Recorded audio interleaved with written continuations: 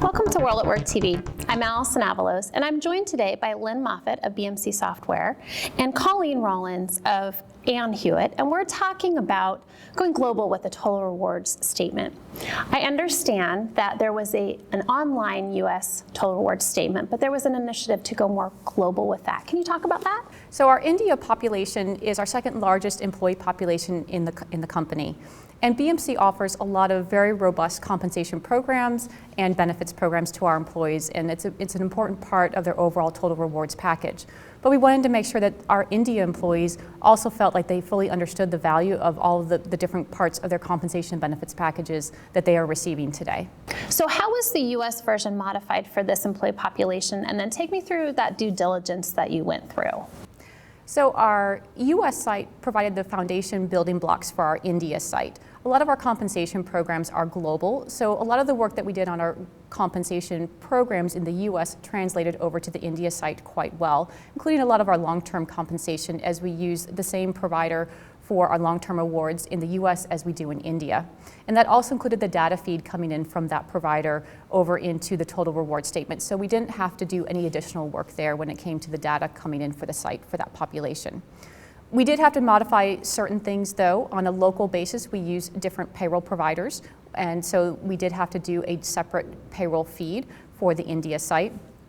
In addition, a lot of the benefits programs, although the themes are fairly similar between the US and India, but both populations, we offer medical insurance, life insurance, and retirement programs, but they're all very individualized to the country, so they're very local. So we were able to take some of the categories, but then repurpose them and make sure that we were providing the right information on those local benefits to our India employees. So is the information offered fairly static? Is it real time? Is it dynamic? Take us through what that infrastructure looks like.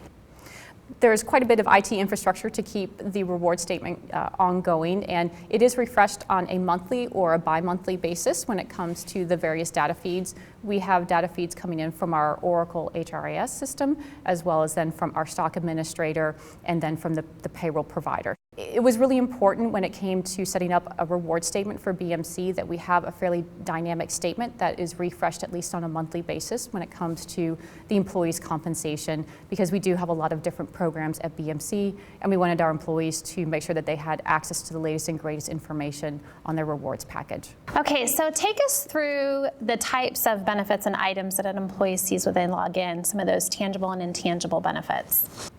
Well, when they first log in, they actually have an overview of their total rewards package that they see, that they receive from BMC. There's an overall pie chart that they can see that total value, and then they can click deeper into a much more detailed statement, which gives them all of the breakdowns of their compensation, whether it's their base pay, whether it's other components of pay, including shift differentials, and then also their short-term incentives and their long-term incentives.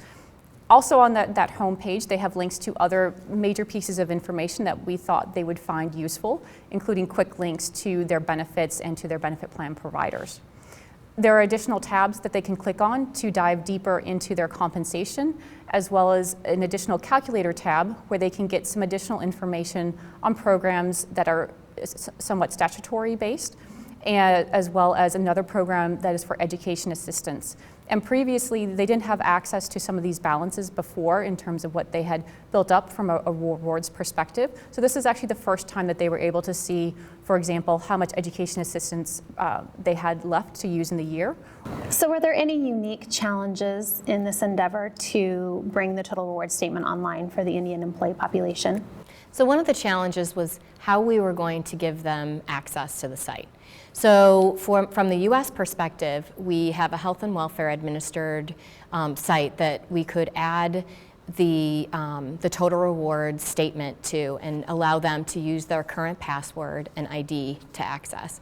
For the India population, we don't administer their health and welfare benefits. So we had to think outside the box to drive them to the site and allow them to use an existing ID and password without making it difficult for them. So we added the site to their payroll existing site, and we were able to utilize their ID and password so that they didn't have to add another thing for them to remember, and we could drive participation that way. How were you able to address unique total rewards program offerings for this employee population, but maintain that cohesive global rewards strategy? What was really important when it came to starting and building the groundwork for this project was reaching out to our local India HR team and working with them to get the details on all of their specific benefit plans and then some of their compensation programs that were unique to India. And they were also an integral part of this project. Without their input and expertise, we wouldn't have added on several unique features to the site that are different from the US. And in fact, the additional features we added on were items that employees previously did not have access to. I'm curious, were there any kind of reciprocal changes after this endeavor with the population base in India that then kind of fed back to what you were doing in the US? Any learnings there that transferred back?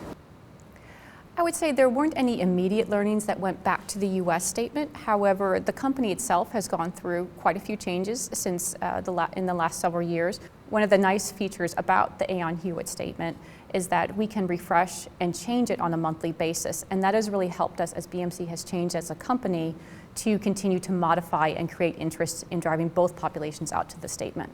So is there any advice you would give to other organizations who need to take on a similar endeavor to be more globally, have a more global reaching total reward statement? So my advice would be when you first start out with your project, start out with the US or the country that you're the most familiar with, because that'll help you to ultimately set the stage for how you want to build and potentially expand on your reward statement in the future. And then the next biggest part is select the right vendor partner for you. Know your organization, know your rewards programs. Do they change a lot? Do you need a lot of flexibility in your statement? And then go out to the marketplace and get that right partner. And then develop the relationship with that partner. That was one of the greatest learnings that we had, I think, together, was that you're embarking on an 8-month-long project to get one statement in, and you will then need to get another 8 months, spend another 8 months together to do the second statement. So you need to make sure that you are definitely picking not only the right vendor partner, but they've assigned the right project manager to your job, and that you both mutually respect each other and can work and talk honestly with each other about any roadblocks or obstacles that may come your way. So in thinking about trying to apply this to other locations, was it easy to do from a distance? Was it important that you were there? And then how did you structure that team who worked on the project? There are certainly additional challenges when you are working across multiple time zones and working with a larger distance when it comes to managing a project like this. We knew going into it that it was going to be important for the people on the US team who are going to continue to work on the India statement to go there to India and develop the relationships with our India HR team, and to make sure that they really understood that we wanted to make sure that the statement reflected their values and their thoughts around the rewards programs for India, and get their input and buy-in when it came to the work that we were going to need to do on the statement. So traveling there and making sure we were on site for several of the key implementation weeks and the testing weeks was critical to the project's success. Thank you both. For World at Work, I'm Allison Avalos.